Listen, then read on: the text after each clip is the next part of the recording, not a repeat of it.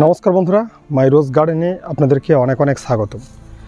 বন্ধুরা, গরমের একটি অত্যন্ত জনপ্রিয় ফুল বোগেনভেলিয়া, যে গাছের পরিচর্যা কীরকমভাবে করলে প্রচুর পরিমাণে ফুল হবে, মানে পাতার পরিমাণ কম হবে এবং গাছে প্রচুর ফুল হবে, আজকের ভিডিওতে আমি সেই ব্যাপারটি নিয়ে বলবো। এই বোগেনভেলিয়া বা আপনারা অনেকেই যাকে কাগজ ফুল বলেন, তো এই বোগেনভেলিয়া বা কাগজ ফুল গাছ দেখবেন রাস্তার ধারে প্রচুর ফুল নিয়ে একটি গাছ দাঁড়িয়ে আছে।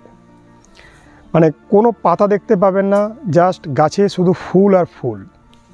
কিন্তু আমরা যারা টবে বোগেনভেলিয়া করছি তাদের কাছে কিন্তু প্রচুর দেখবেন পাতা হচ্ছে।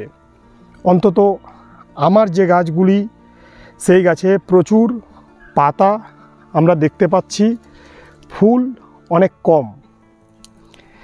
কেন এমনটা হচ্ছে সেই ব্যাপারটা নিয়ে বলবো, এবং গাছে কিভাবে প্রচুর ফুল আনতে পারবেন সেই ব্যাপারটা নিয়েও আপনাদের কাছে আলোচনা করব। দেখুন, বোগেনভেলিয়া গাছে প্রচুর পরিমাণে ফুল ফোটানোর জন্য বেশ কিছু নিয়ম আমাদেরকে জানতে হবে।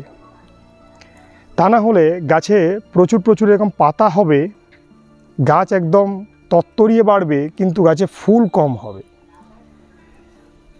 সেটা হচ্ছে, এই গাছের জন্য বেশি পরিচর্যা করা যাবে না।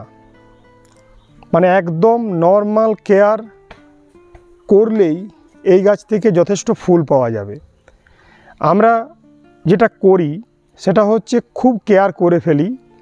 যেমন ধরুন, 15 দিন পরে গাছে খাবার দিয়ে দিই, গাছে কীটনাশক, ছত্রাকনাশক, আবার বিভিন্ন রকমের যে পরিচর্যা থাকে সেগুলো সব করতে থাকি। এই গাছ আবার পরিচর্যা করলে ভালো হবে না। আমি প্রথম এই বোগেনভেলিয়া গাছ করছি, বোগেনভেলিয়া গাছ সম্পর্কে আমার খুব বেশি অভিজ্ঞতা নেই, আর খুব বেশি অভিজ্ঞতা নেই বলেই আমার গাছের এই রকম অবস্থা হয়েছে। মানে প্রচুর পরিমাণে পাতা হয়েছে, নতুন ডাল হয়েছে, কিন্তু গাছে ফুলের পরিমাণ কিন্তু খুব কম। যদিও আমার গাছগুলো খুব ছোট গাছ, তো এই গাছগুলি থেকেও কিন্তু বেশি পরিমাণে ফুল পাওয়া যেত যদি আমি একটু আগে থেকে সতর্ক হতাম। দেখুন, একটা জিনিস আপনাকে সবসময় লক্ষ্য রাখতে হবে। দেখবেন আপনার নরম কচি ডালগুলো মানে রোদের সময়, ঠিক আছে, দুপুরের দিকে এই রকমভাবে কাত হয়ে পড়ছে কিনা। যদি দেখেন এই রকম ঝিমিয়ে বা কাত হয়ে আছে, তাহলে বুঝবেন আপনি যেভাবে বোগেনভেলিয়া গাছের পরিচর্যা করছেন সেটা ঠিক আছে। কারণ এই গাছে খুব কম জল দিতে হবে এই সময়। যদি আমরা এই গাছকে প্রত্যেক দিন জল দিই বা এই গাছকে স্নান করাই, তাহলে এই গাছের ক্ষেত্রে যেটা হবে, নতুন এরকম ব্রাঞ্চ হবে, কিন্তু সেই গাছে ফুল ফুটবে না।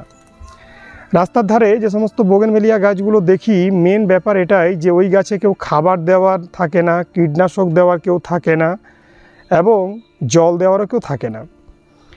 একদম প্রকৃতির নিয়মে সেই গাছ সব কিছু নিয়ে পরেই হচ্ছে। যদি আপনি জমিতে বোগেনভেলিয়া গাছ বসান, তাহলে বছরে আপনি 3 বার খাবার দেবেন, 3 বার, তার চেয়ে বেশি নয়, ঠিক আছে। বোগেনভেলিয়া গাছে যদি বছরে 3 বার খাবার দেন, যেগুলো জমির গাছ, যথেষ্ট। আর যদি আপনি আমার মতো টবে গাছ বসিয়ে থাকেন, তাহলে আপনাকে 35 দিন পর খাবার দিতে হবে। আর মোটামুটি 3 থেকে 4 দিন পরে এই গরমের টাইমে জল দিতে হবে, ঠিক আছে। 35 দিন পরে খাবার। আবার এই গাছের জন্য কোনো রকম রাসায়নিক যে খাবার, সেগুলো একদমই দেওয়া ঠিক নয়। রাসায়নিক খাবার দিলে এই গাছের এত গ্রোথ হবে যে এই গাছের একদম পাতায় ভরে যাবে। এই গাছকে খাবার দিতে হবে মেনলি কিছু জৈব খাবার। 35 দিন পরে জৈব খাবার দিতে হবে। তো কি জৈব খাবার সেটা আমি বলে দিচ্ছি আপনাদেরকে আজকের ভিডিওতে। সেই জৈব খাবারটি আপনারা জাস্ট ট্রাই করুন। সেই জৈব খাবারটা দিলেই কিন্তু আপনাদের গাছ খুব ভালো হবে। প্রথমে আপনি 2 কাপ নিয়ে নেবেন কম্পোস্ট। কম্পোস্ট বলতে এখানে আপনি পাতা পচানো সার ইউজ করতে পারেন, বা আপনি ভার্মি কম্পোস্ট ইউজ করতে পারেন। আমি যেমন ধরুন গোবর সার দিয়ে বানিয়েছি, গোবর সার ইউজ করা যাবে, শুকনো 2 বছরের পচানো গোবর, ঠিক আছে। যদি ঘুঁটে থাকে সেই ঘুঁটেগুলোকে ভালোভাবে আগে জল দিয়ে ভিজিয়ে রাখতে হবে, তারপর সেগুলোকে ভালোভাবে গুঁড়ো করে নিতে হবে, ডাস্টের ফর্মে নিয়ে আসতে হবে, তারপরে সেগুলোকে আমরা ইউজ করতে পারবো।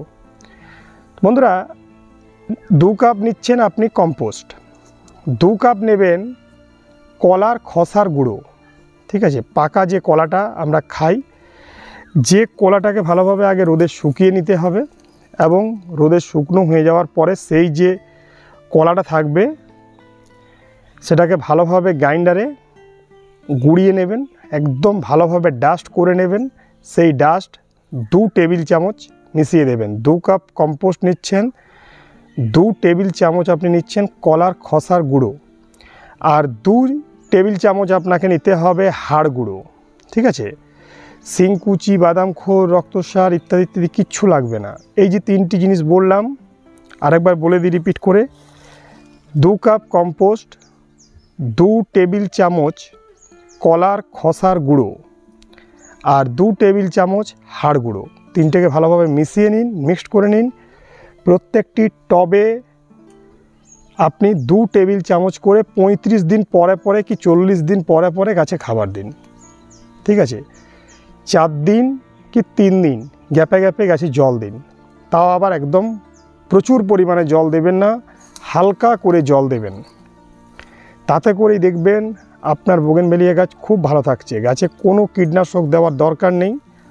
আমি দেখাবো যে এই জায়গায় দেখুন পোকা ঘোরাঘুরি করছে, কিন্তু আমি এই গাছে কোনো কীটনাশক দিইনি। এটাই হচ্ছে টেকনিক। যখন দেখবেন আপনার বোগেনভেলিয়া গাছের এই রকম কচি নরম ডালগুলো নুয়ে পড়ছে, তখনই বুঝবেন যে আপনার পরিচর্যা ঠিক হচ্ছে, আপনি এই গাছ থেকে এবারে ফুল পাবেন।